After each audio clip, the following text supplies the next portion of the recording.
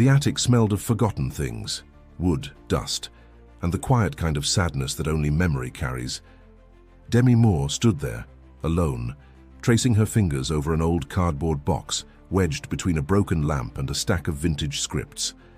She hadn't been up here in years, not since the last move, not since the silence between them became permanent. Inside the box, tangled in cords and faded wrapping paper, was a single VHS tape, unlabeled. Her heart caught. Something about the shape, the weight of it in her hands. It felt like time itself. She carried it downstairs, each step echoing louder than the last. In the living room, she dusted off the VCR.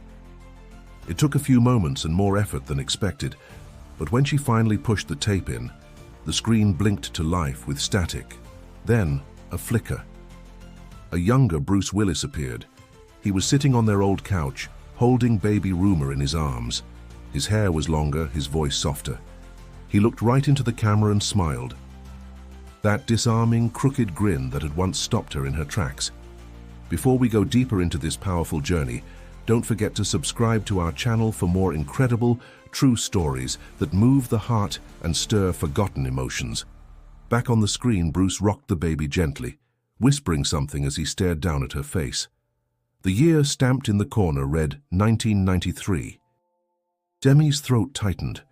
That was the year they had tried to slow down to be more present. The year they had tried to save what was quietly unraveling. She couldn't look away. Bruce glanced back at the camera. "If you're watching this," he said, his voice low but steady, "it means you found this tape, which means something either went right or it didn't." Demi leaned forward, eyes burning. It wasn't just a home video, it was a message. Not to the world, not to their children, but to her. He shifted Rumer carefully and continued. "Demi, I don't know where we'll be when you see this, but I wanted to catch this moment. For us. For when things feel far away." The room felt smaller somehow. The walls closer. The flickering light from the television reflected off her cheekbones, catching the tears she hadn't realized were falling. Bruce laughed suddenly on screen, a genuine laugh that shook his shoulders. "She just smiled," he said, motioning toward the baby. "You saw that, right? You can't tell me that wasn't a smile." Demi smiled too, despite herself. She remembered that day. The way Bruce had insisted Rumer smiled for the first time, even when she swore it was just gas. They had argued playfully about it for hours, ending up on the kitchen floor, laughing like teenagers. As the footage continued, Demi saw glimpses of their old life. Rumer crawling, Scout toddling in diapers, Bruce carrying groceries with a baby strapped to his chest, and Demi herself, so young, so certain, so full of everything they used to believe in. Then Bruce's voice returned. "Demi, if you ever find this, it means you're still looking. And I hope you remember why we started. Not the movies, not the headlines, just us." She paused the tape. Her reflection stared back from the black screen. Older now, wiser maybe, but suddenly hollowed by something long dormant, rising to the surface. It wasn't just a tape. It was a doorway, and she had just stepped through. The play button clicked again. Demi settled back into the couch, the room now dim with dusk, the only light coming from the flickering screen in front of her. The tape resumed where it left off, but something had shifted. The Bruce on screen was no longer just reminiscing. He was reaching forward in time. He sat closer to the lens now, his expression more serious. "I don't know what the future looks like," he said quietly, eyes intense. "But if I know you like I think I do, you're still trying to make sense of it all." Demi's chest tightened. He wasn't talking to the camera anymore. He was talking to her, directly, across decades. The sound of his voice was steady, but under it lay a trace of vulnerability she hadn't heard in years. "I know I've made mistakes," Bruce continued. "We both have. Maybe by the time you see this, we've figured some things out. Or maybe we didn't. But I want you to know, I saw you.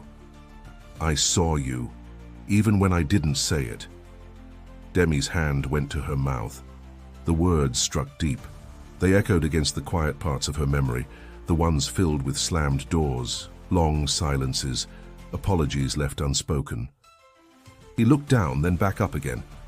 "You once told me," he said, "that love's not a feeling, it's a choice. I didn't understand that then, but I do now." She remembered that conversation. It had been during a late-night argument in their kitchen after the kids had gone to bed. She had thrown a wine glass into the sink. He had stayed quiet, and then she had said those exact words. On screen, the images shifted again. Bruce walking through a park, pushing a stroller. Demi beside him, laughing at something off camera. It felt like watching someone else's life, someone younger, braver, untouched by the erosion of time. Then Bruce's voice returned. "If you ever find this, Demi," he said slowly, "I hope you remember what I said the night we danced barefoot in Idaho." She froze. That night, it had been years since she thought of it. A spontaneous getaway, a remote cabin, no paparazzi, no pressure, just them and the stars. Her mind tried to grasp at the moment, but it slipped through her like mist. The camera showed more candid moments. The kids' birthday parties, quiet breakfasts, sleepy Christmas mornings. Each scene a reminder of what had been built and what had crumbled.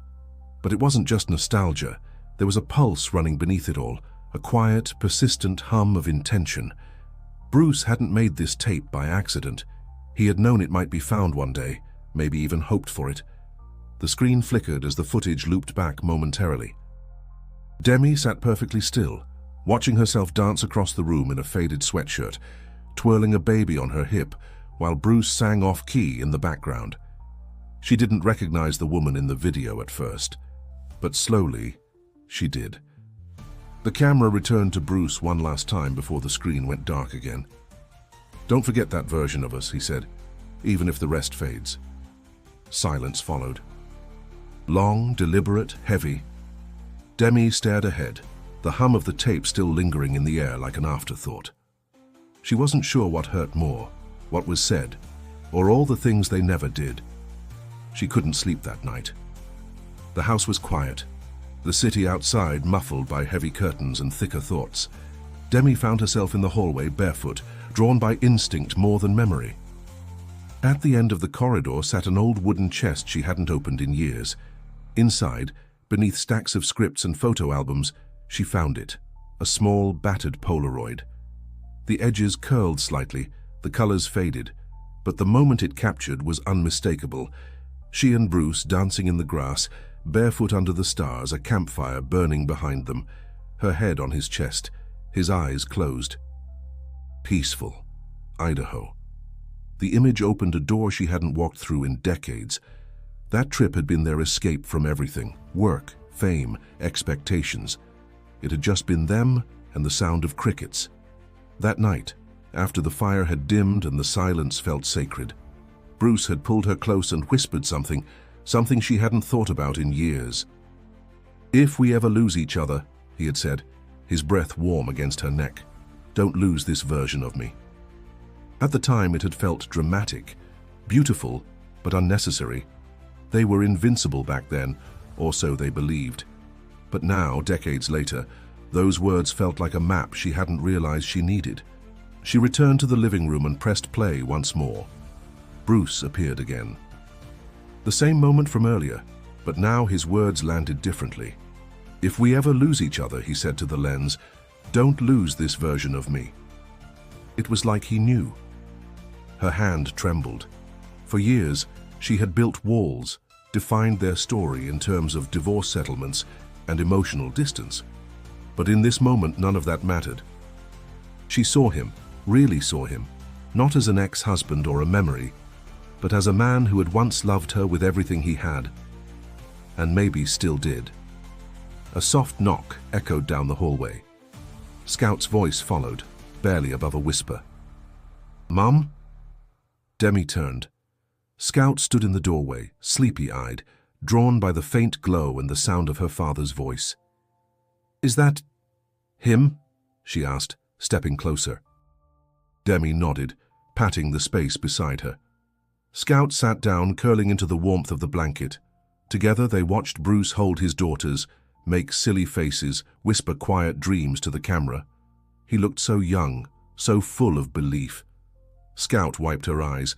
"I don't remember this day, but I feel like I do." Demi didn't answer. She couldn't. Her throat was too tight. The tape kept going. Bruce filming Demi as she baked cookies, dancing with Rumor in the backyard, laughing at something the camera didn't catch. Their life was a patchwork of ordinary moments made extraordinary by time. "I used to think the best parts of us were gone," Demi said softly, almost to herself. "But maybe they were just waiting to be seen again." Scout reached for her hand and held it. The silence between them said more than words could. As the screen faded briefly to black, Demi realized this wasn't just a memory. It was a message that had waited patiently through the years, quiet but unwavering. And now, she was finally listening. Morning light seeped through the blinds, casting soft stripes across the living room floor. Demi hadn't moved from the couch. The tape was still in the machine, paused at the final frame. Scout had gone back to bed, but Demi remained, the silence pressing gently against her. She pressed play once more. The screen flickered. Bruce was alone now, seated closer to the lens than ever before. His face filled the frame. Not the movie star, not the public figure, just the man. There was no performance in his eyes, only honesty. "If you're watching this, Demi," he began, voice quiet, "I guess that means I didn't get to say it the right way while I had the chance." Demi's breath caught. "I don't know how it all turned out," he said, looking slightly away. "But I do know this. I loved you. More than I ever said, more than I ever showed." Her heart thudded loudly in her chest. She could barely swallow. "I don't expect anything," he continued. "Not an answer, not a memory, just maybe forgiveness for the parts of me that were sharp, the things I broke when I didn't know how to bend." The screen darkened briefly. When it returned, he was holding a photo of them from the Idaho trip. He turned it toward the camera. "This guy," he said, tapping the picture. He was scared, but he tried. He didn't always get it right, but he never stopped hoping. A lump formed in Demi's throat, thick and immovable. It wasn't a grand gesture. It wasn't a plea. It was something far more rare, truth without expectation. She stood slowly, the weight of the night settling in her limbs. In the kitchen, the coffee machine sputtered to life, grounding her in the present. But her mind remained tethered to the past, looping Bruce's words like a song she couldn't stop humming. Later that morning, she sat at the kitchen table, phone in hand. The contact still read Bruce W. It had been months since they last spoke. Not because of anger, life had simply moved on in separate directions, but now something pulled her back. Her finger hovered over the screen. She hesitated, then tapped. One ring, two. "Hello?" His voice. Older now, but still unmistakable. There was a long pause. "I watched it," she said. Silence again, but not empty. He understood instantly. A breath, a chuckle, quiet and disbelieving. "You found it." "I did." Another pause. Then, gently, "I wasn't sure if it would ever reach you." "It did." There was warmth in his voice and something else. Relief, maybe, or closure. "Thank you," she said, voice steady. "For remembering, for saying what you couldn't back then." "I meant every word," he replied. They didn't need to say much more. The space between them wasn't filled with regret anymore, but with recognition. They had lived a lifetime together, and now finally they were seeing it clearly. They spoke for a while about the kids, about work, about nothing and everything. Not as lovers, not even as former partners, just two people who had shared something real, and finally had the courage to speak softly over the echoes. When she hung up, Demi felt different, lighter, seen. The tape had been more than a message. It had been a bridge, and she had crossed it. That evening the house came alive in a way it hadn't in years. Laughter filtered through the kitchen. The clatter of dishes mingled with the low hum of conversation.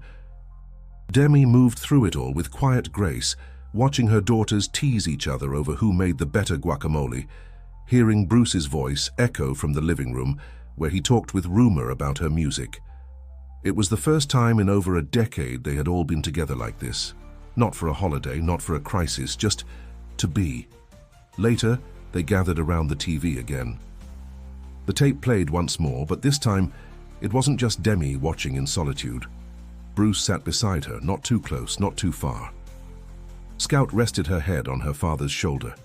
Rumor held a blanket around her knees. Even the quiet moments felt full. As Bruce's younger self danced across the screen, saying words from another life, there were no tears, just a deep, collective stillness. A recognition, a kind of reverence. When it ended, no one spoke right away. Then Bruce leaned forward and said, almost to himself, "I was so young." Demi smiled. We both were. They sat in the gentle hush of memory, wrapped not in sadness but in something else. Acceptance maybe, gratitude. What had been wasn't perfect, but it had been real. Scout broke the silence with a laugh. "Dad, your hair was something else." Bruce chuckled. "Don't remind me." The mood lightened, the room warming again with the easy rhythm of family. The tape became a relic, not of loss, but of life. It would live now, not in a box in the attic, but in the hearts of those who had once been part of its story. Later that night, after everyone had gone to bed and the house was quiet again, Demi sat alone in the living room, the TV screen black once more. She wasn't grieving. Not exactly. She was reflecting, feeling. There had been a time when she thought closure meant forgetting, moving on, erasing. But tonight had shown her something different. Closure could be returning, not to stay, but to understand. She looked around the room, photos of her daughters, a script on the coffee table, a candle burning low. Her life had moved forward. She had moved forward. But she hadn't forgotten, and she never would. In the stillness, she whispered, "Thank you." Not just to Bruce, to the younger version of herself, to the courage it took to watch that tape, to the years that shaped her into the woman she now was. Thank you. And to you watching this story unfold, if it touched something inside you, if it reminded you of someone or made you feel something you hadn't in a while, don't leave just yet. There's more where this came from. Subscribe to our channel so you never miss stories that stir the soul and bring the past back to life in unexpected ways. And if you're ready to keep going, to feel even more, click on the video you see on your screen now. It's one you won't want to miss, because sometimes the quietest voices, the ones from the past, are the ones we need to hear the most.